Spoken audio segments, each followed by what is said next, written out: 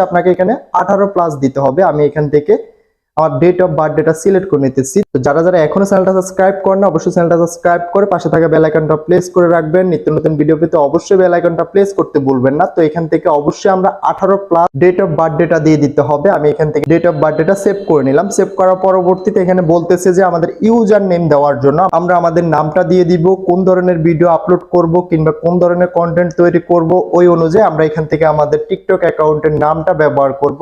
তো এখান থেকে আমি নামটা দিয়ে দিতেছি।